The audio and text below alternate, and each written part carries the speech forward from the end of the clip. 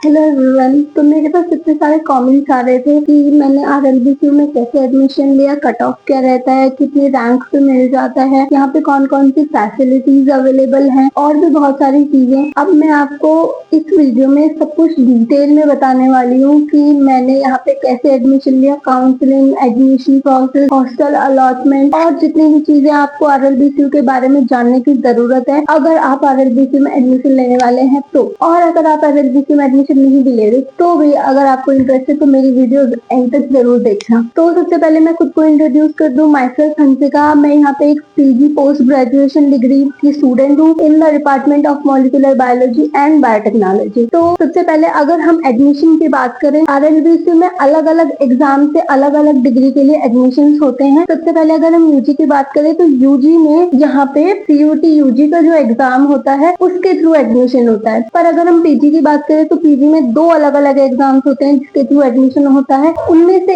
एक एग्जाम है ICR JRF जो कि एग्रीकल्चर के स्टूडेंट्स या फिर 4 ईयर डिग्री वाले जिनके पास 4 ईयर बीएससी की डिग्री होती है वो एलिजिबल होते हैं। और एक होते हैं वो स्टूडेंट्स जो कि डीबीटी गैटबी का एग्जाम देकर यहाँ पे आते हैं। तो जो डीबीटी गैटबी का जो एग्जाम है वो अलग एंट्रेंस एग्जाम है और उस एग्जाम के थ्रू आप सिर्फ और सिर्फ डिपार्टमेंट ऑफ मॉलिक्यूलर बायोलॉजी और बायोटेक्नोलॉजी में एडमिशन ले सकते हो। पर अगर आपको एग्रीकल्चर, हॉर्टिकल्चर, फॉरेस्ट्री के बाकी के कोर्सेज में एडमिशन लेना है तो फिर आपको आईसीआर जेआरएफ का ही एग्जाम देना पड़ेगा। मेरे डिपार्टमेंट में एक ये चीज है कि हमारे डिपार्टमेंट में सेम आईसीआर जेआरएफ से भी और डीबीटी गैटबी दोनों से मेरे डिपार्टमेंट में एडमिशन होता है। आईसीआर जेआरएफ के अलग रूल्स होते हैं और डीबीटी गैटबी के अलग रूल्स होते हैं। अगर हम आईसीआर जेआरएफ के रूल्स की बात करें इसमें आपको दो टाइप की फेलोशिप मिलती है। एक होती है जो जेआरएफ होल्डर्स रहते हैं जिनकी रैंक ज्यादा रहती है तो उनको मिलता है 12,000 के अप्रॉक्स। जिनके पास जेआरएफ नहीं होता है उन लोगों को 5,000 एनटीएस मिलता है, उसको एनटीएस बोलते हैं। बट अगर मैं डीबीटी गैटबी की बात करूं तो डीबीटी गैटबी के अलग रूल्स हैं। डीबीटी गैटबी के रूल्स में आता है कि एमएससी बायोटेक में एडमिशन लेते हैं किसी भी यूनिवर्सिटी में, प्लेन एमएससी बायोटेक, उन स्टूडेंट्स को मिलती है 5,000 फेलोशिप। पर अगर आप एग्रीकल्चर में एडमिशन ले रहे हो किसी यूनिवर्सिटी में जैसे कि आरएलबीसीयू, आरपीसीयू, पूसा, आसाम एग्रीकल्चर यूनिवर्सिटी, तो इस टाइप के अगर आप एग्रीकल्चर में एडमिशन ले रहे हो तो फिर आपको 7,500 का स्टाइपेंड मिलता है। बट अगर आप डीबीटी गैटबी के थ्रू वेटरनरी कोर्सेज या एमटेक इस तरीके के कोर्सेज लेते हैं तो फिर आपको 12,000 के अराउंड स्टाइपेंड मिलता है। अगर हम यूनिवर्सिटी में काउंसलिंग की बात करें तो जो डीबीटी गैटबी का एग्जाम होता है वो जनरली अप्रैल में हो जाता है और उसकी काउंसलिंग फिर मई या जून के अराउंड से शुरू भी हो जाती है, मोस्ट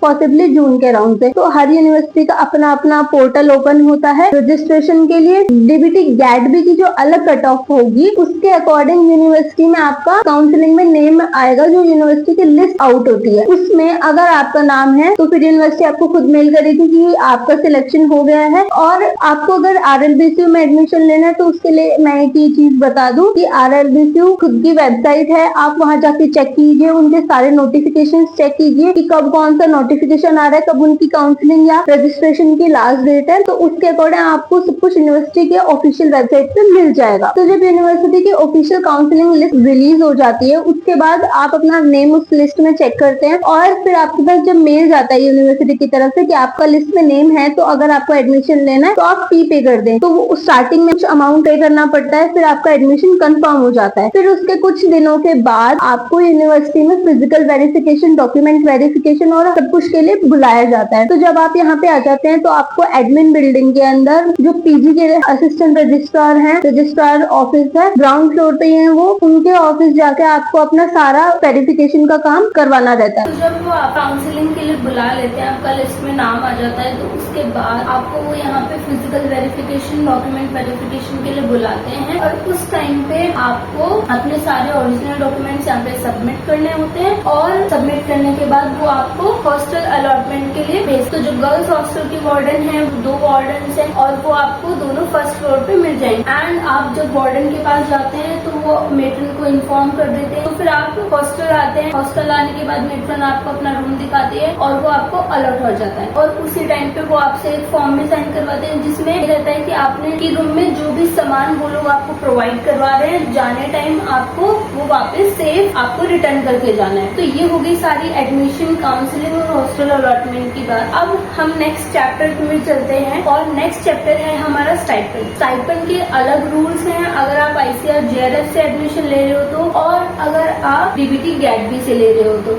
और अगर मैं यूनिवर्सिटी के रूल्स की बात करूँ तो यूनिवर्सिटी के रूल्स में सबसे पहली चीज ये आती है कि आपके पास एक SBI बैंक में अकाउंट होना चाहिए, क्योंकि जैसे मेरे पास घर से ऑलरेडी मेरा जो अकाउंट था वो SBI का ही था, बट जिन स्टूडेंट्स का SBI का अकाउंट नहीं था उनको यहाँ यूनिवर्सिटी के अंदर जो SBI अकाउंट का ब्रांच है वहाँ से नया अकाउंट ओपन करवाना पड़ा था, क्योंकि यूनिवर्सिटी का जो method of distribution the fellowship और स्टाइपेंड है वो SBI के थ्रू ही है सारा का सारा। तो इट इज बेटर अगर आप घर से खुलवा के हैं तो भी कोई इश्यू नहीं है, पर अगर यहाँ भी खुलवा रहे हैं तो भी कोई इश्यू नहीं है। अब नेक्स्ट चैप्टर की तरफ अगर हम चलते हैं तो कैंपस एरिया कैसा है। तो अगर हम लोकेशन की तरीके से बात करते हैं तो RLBCU जो है वो 2 इंडियन इंस्टीट्यूट के बीच में है। अगर आप झांसी के साइड जाते हो उस तरफ आपको काफरी मिलेगा, पर अगर आप ग्वालियर साइड से, जहाँ से दतिया साइड से आप आते हो तो आपको पहले IGFRI मिलेगा। तो ये सीरीज है IGFRI, RLBCU और काफरी। फिर जैसे ही यूनिवर्सिटी कैंपस में आप एंटर करते हैं मेन गेट पे आपको गार्ड दिखेगा जो कि आपकी एंट्री करवाएगा। जिस सड़क पे आप चल रहे हैं यूनिवर्सिटी की मेन सड़क वो एक ही पूरी सड़क है, तो आपको कहीं और मुड़ना नहीं है लेफ्ट राइट। आपको कंफ्यूजिंग भी नहीं लगेगा, क्योंकि जैसे आप उस सीधी सड़क पे चलते जाएंगे सबसे पहले आपको अपने लेफ्ट साइड, जब हम यूनिवर्सिटी में एंटर कर रहे हैं तो उस डायरेक्शन में मैं बता रही हूँ, आपको अपने लेफ्ट साइड सबसे पहले अकेडमिक बिल्डिंग दिख जाएगी, फिर उसके साथ ही में एडमिन बिल्डिंग दिख जाएगी और उसके सामने ही आपको यूनिवर्सिटी का ऑडिटोरियम दिखेगा। फिर आप उससे थोड़े आगे चलेंगे तो आपको थोड़े पॉली हाउस, पॉन्ड दिखेगा। फिर उसके बाद फील्ड एरिया दिखेगा, तो फ्रूट साइंस का, वेजिटेबल साइंस, फ्लोरिकल्चर, इन सब का फील्ड एरिया है।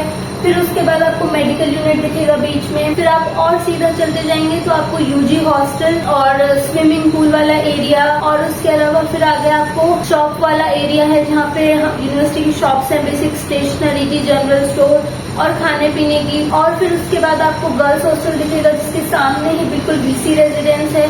फिर आपको टीचर्स क्वार्टर्स दिखेंगे VC रेजिडेंस के साथ। फिर बॉयज हॉस्टल है, गेस्ट हाउस और फिर फील्ड का एरिया है। तो इसी तरीके से पूरा कैंपस का एरिया है।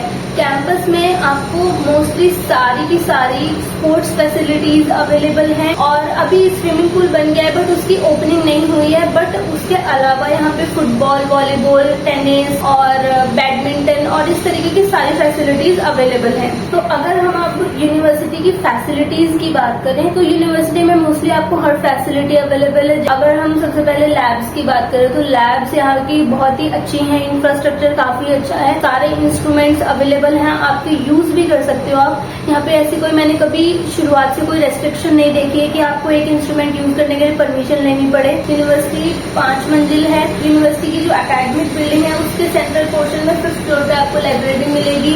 बिल्कुल ग्राउंड फ्लोर पे वहाँ आपको सेंट्रल लैब दिख सकता है, और उसके अलावा सब डिपार्टमेंट्स बटे हुए हैं और हर डिपार्टमेंट के सामने ही उनकी लैब्स है, UG lab, PG lab. Lift की फैसिलिटी यूनिवर्सिटी के हर पोर्शन में मिल जाएगी। स्टूडेंट्स के लिए बेसिकली UG स्टूडेंट्स को इतना फ्री हैंड नहीं है, बट PG और PhD स्टूडेंट्स यहाँ के लैब्स, इक्विपमेंट्स, इंस्ट्रूमेंट्स या यूज करने के लिए, एक्सपेरिमेंट करने के लिए they are free to go. Like यहाँ पे मैंने अभी तक कोई ऐसी रेस्ट्रिक्शन नहीं देखी कि आप ये एक्सपेरिमेंट नहीं सीख सकते हो या फिर केमिकल नहीं है तो ये आएगा ही नहीं, ये सब चीजें यहाँ पे ऐसा कुछ नहीं है। फिर उसके बाद बात करें अगर यहाँ के स्टाफ की, तो यहाँ का स्टाफ बहुत ही फ्रेंडली है।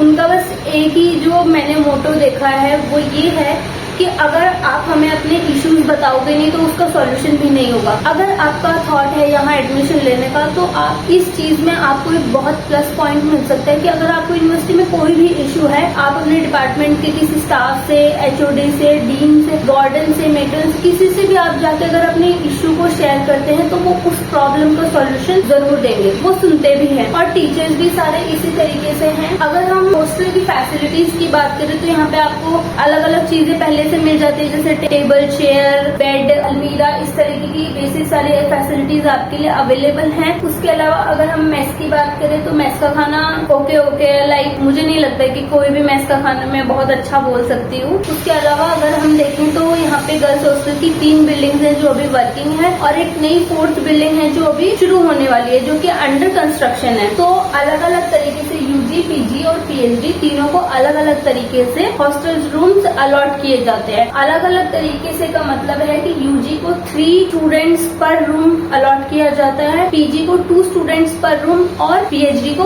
1 पर्सन पर रूम, इस तरीके से अलॉटमेंट होता है। अगर आप हॉस्टल एंटर करते हैं तो आपको मनुवन में ही आना है, मनुवन में ही आपका रजिस्ट्रेशन होगा, हॉस्टल अलॉटमेंट होगा, वहीं से आपको बता दिया जाएगा कि आपको कौन सी बिल्डिंग मिलने वाली है। हॉस्टल में आपको सारी फैसिलिटीज अवेलेबल है, जैसे साइकिल पार्किंग है, स्टडी रूम है। और एक मैं चीज बता दूं कि सारे के सारे जितने भी हॉस्टल बिल्डिंग्स हैं वो सब 5 फ्लोर्स की हैं और सभी में आपको इन्वर्टर फैसिलिटीज की, हर रूम में एक लाइट और एक फैन इन्वर्टर पे चलता है और हर एक हॉस्टल में लिफ्ट अवेलेबल है। तो अगर हम यूनिवर्सिटी के रूल्स की बात करें, अब यूनिवर्सिटी में स्टूडेंट्स के लिए व्हीकल्स बिल्कुल प्रोहिबिटेड है, आप अपना कोई व्हीकल नहीं ले सकते। यूनिवर्सिटी में आपके पास यूनिफॉर्म है, जो आपको हमेशा यूनिफॉर्म में रहना है। कुछ डिपार्टमेंट्स ऐसे हैं जो कि बहुत स्ट्रिक्ट है यूनिफॉर्म को लेकर और कुछ डिपार्टमेंट हैं जो थोड़े से लीनियंट भी हैं। बेसिकली आपको हर मेजर इवेंट में, सेमिनार्स, कॉन्फ्रेंसेज जो भी यूनिवर्सिटी में रहता है, आपको मोस्टली यूनिफॉर्म ही पहनना होता है। जी पीजी के लिए यूनिफॉर्म है, पीएचडी के लिए नहीं है। जी और पीजी के लिए बेसिकली जैसे आप मुझे देख रहे हो, लाइट ब्लू शर्ट है और डार्क पैंट्स हैं, तो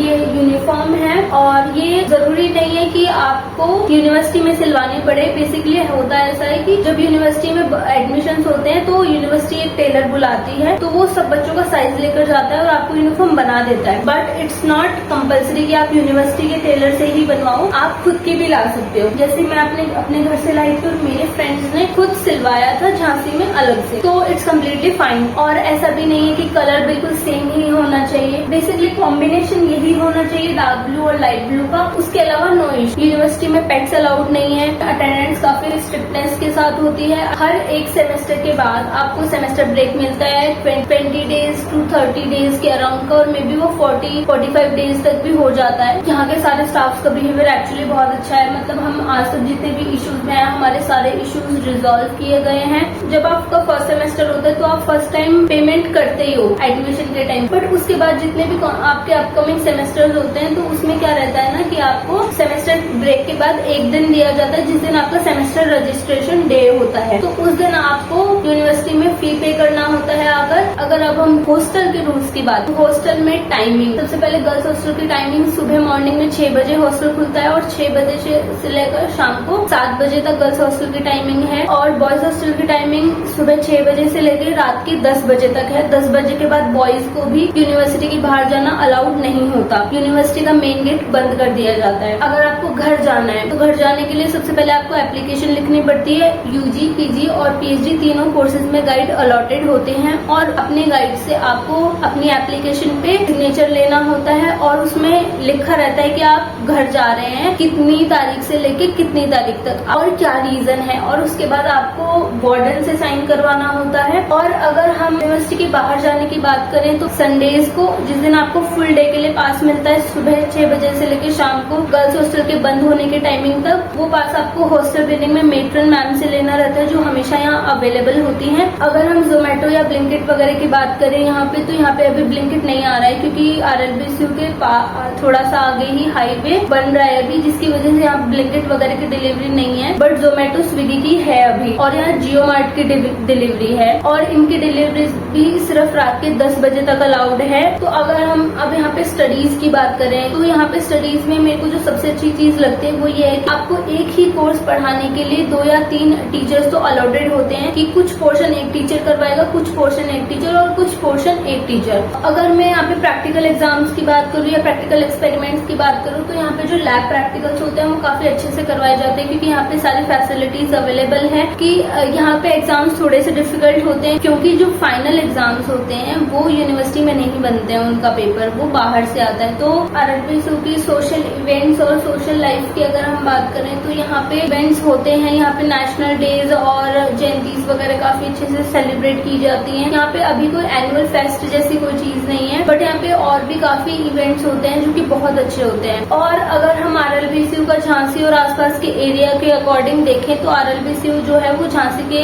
मार्केट एरिया से यानी कि अराउंड 9 to 10 किलोमीटर दूर है। और यहाँ का जो मतलब मेन मार्केट है, जैसे मतलब हम जहाँ जाते हैं BKD लाइट वाला जो एरिया, वहाँ पे आपको सारी चीजें अवेलेबल मिलेंगी। वो एक बहुत ही स्टूडेंट फ्रेंडली एरिया है, यहाँ पे ऑटो भी आपको इजीली मिल जाता है यूनिवर्सिटी गेट पे। और अगर आपको बुंदेलखंड यूनिवर्सिटी की मैं बात बताऊं तो RLBCU झांसी के एक आउटर कोने में है जिस तरफ ग्वालियर आता है, और जो बुंदेलखंड यूनिवर्सिटी वो झांसी के दूसरे कोने में है। तो ये दोनों यूनिवर्सिटीज बहुत दूर दूर हैं। अगर आपको RLBCU रिलेटेड कोई भी क्वेश्चंस या क्वेरी रहते हैं तो आप कमेंट सेक्शन में कमेंट जरूर करिए। मैं कोशिश करूंगी मैं इनके ऊपर और डिटेल इन्फॉर्मेशन अगर आपको किस चीज के ऊपर चाहिए तो वो मैं बना सकूं।